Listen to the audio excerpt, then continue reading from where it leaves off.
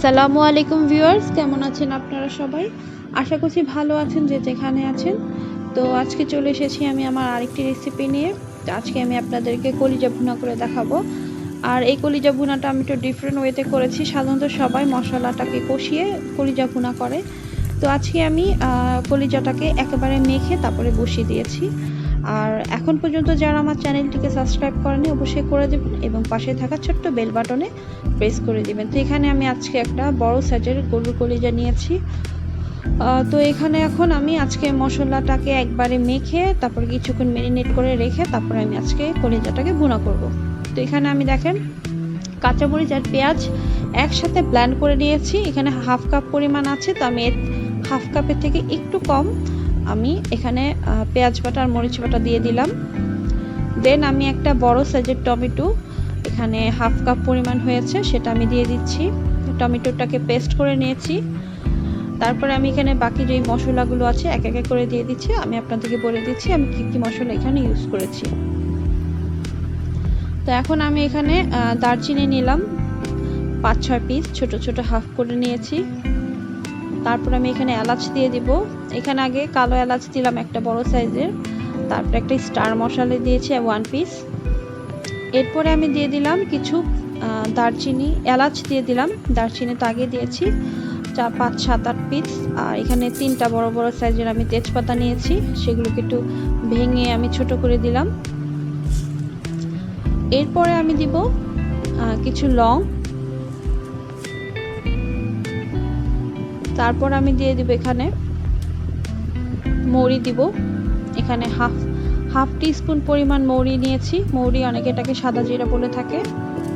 এটা স্মেলটা খুবই সুন্দর একটা স্মেল আসে রান্নার মধ্যে, বিশেষ করে মাংস, কলিজা, যে কোনো ধরনের মাংসর আইটেমে আপনারা দিতে পারেন। তারপর আমি এখানে মেথি আর একটু শাহি জিরা নিয়েছি, দুটো আমি হাফ টিস্পুন পরিমাণ আমি মেথি এবং শাহি জিরা নিয়েছি, সেটা দিয়ে দিলাম।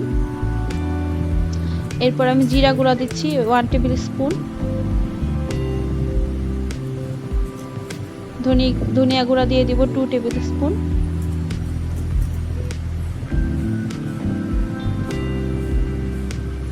মরিচ গুঁড়া আমি দিয়ে দিব এখানে 3 থেকে 4 টেবিল স্পুন। যারা একটু ঝাল কম খেতে পছন্দ করেন তো মরিচ গুঁড়ার পরিমাণটা একটু কম দিবেন। তা আমি একটু এখানে ঝালটা একটু বেশি দিয়েছি। আর হলুদ গুঁড়ো আমি এখানে 3 টেবিল স্পুন দিয়ে দিব।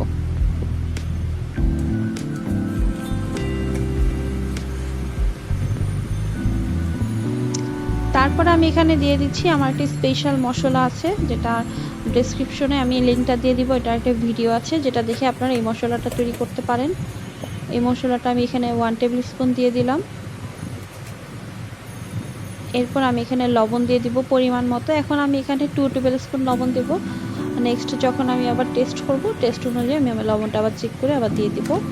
তারপরে তেল, এখানে আমি ভেজিটেবল অয়েলটাই আজকে আমি সরিষার তেল দিয়ে আমার কলিজা ভুনাটা করব এই রান্নাটা। তো আমি এখানে সরিষার তেল পরিমাণ মতো দিয়ে দিলাম। আপনারা চাইলে আপনাদের পরিমাণ মতো কম বেশি তেলটা দিতে পারেন, যে যে পরিমাণে তেলটা খান আপনারা। একটু নেড়ে চেড়ে আমি তারপর আদা রসুনের পেস্টটা একটু কিছুক্ষণ পরে দিব। আগে এই মশলাটাকে একটু আমি মেখে নিব।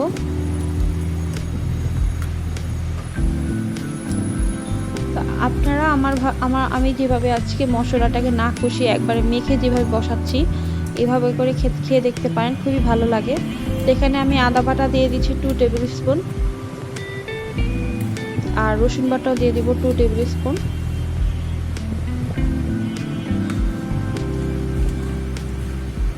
তারপরে এক্সট্রা কিছু আমি পেঁয়াজ এবং কাঁচামরিচ আরও একটু দিয়ে দিব। দিয়ে আমি এটাকে আধা ঘন্টার মতন ম্যারিনেট করে রেখে দিব।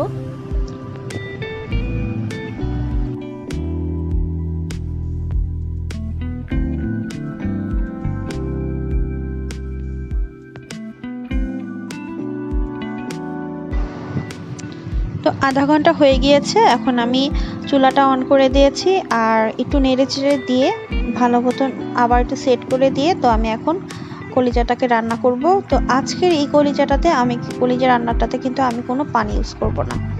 কষানো থেকে যে পানিটা আসবে সেই পানিটা থেকে কলিজাটা সিদ্ধ হয়ে যাবে। তো এখন আমি ঢেকে দিব আবার।